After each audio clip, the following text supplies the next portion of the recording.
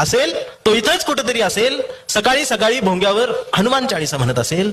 हनुमान चाळीसा म्हणता म्हणता तो कट्टर हिंदू झाला असेल.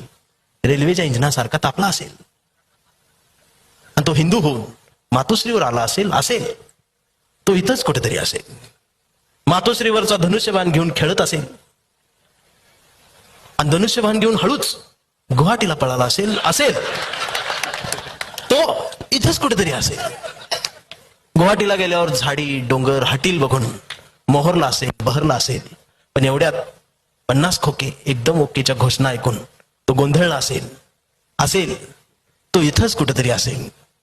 मला धरून नेतील का, माझी चौकशी होईल का, मला पकडून ठेवतील का, म्हणून तो कमळाच्या फुलात लपला असेल. पण कमळाच्या पाकळ्यांनी पर त्याचा आवळून पार रस काढला असेल तो इथंच कुठेतरी असेल. आणि सगळा रस निघून गेल्यावर तो बाहेर पडला असेल आणि त्याला अचानक बाहेर दिसला असेल आणि मग त्याची दाढी वाढली असेल आणि मग तो भारत जोडोच्या यात्रेत गेला असेल आणि तो नांदेडमध्येच हरवला असेल तो इथंच कुठेतरी असेल.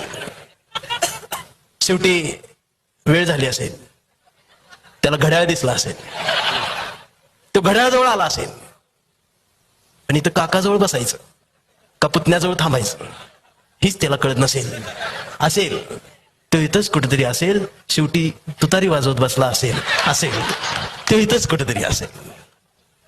शेवटी यांचं सगळ्यांची नाटकं बघून तो चिडला असेल, तो पॅन्थर झाला असेल, विद्रोही झाला असेल आणि तो डायरेक्ट आरपीआय मध्ये गेला असेल.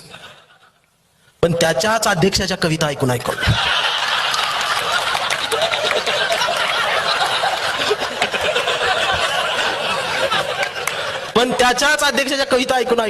तो गंजला असेल ते इथंच कुठेतरी असेल. कविता ऐकून त्याला वंचित झाल्यासारखं वाटत असेल आणि मग तो हळूच वंचित मध्ये आला असेल.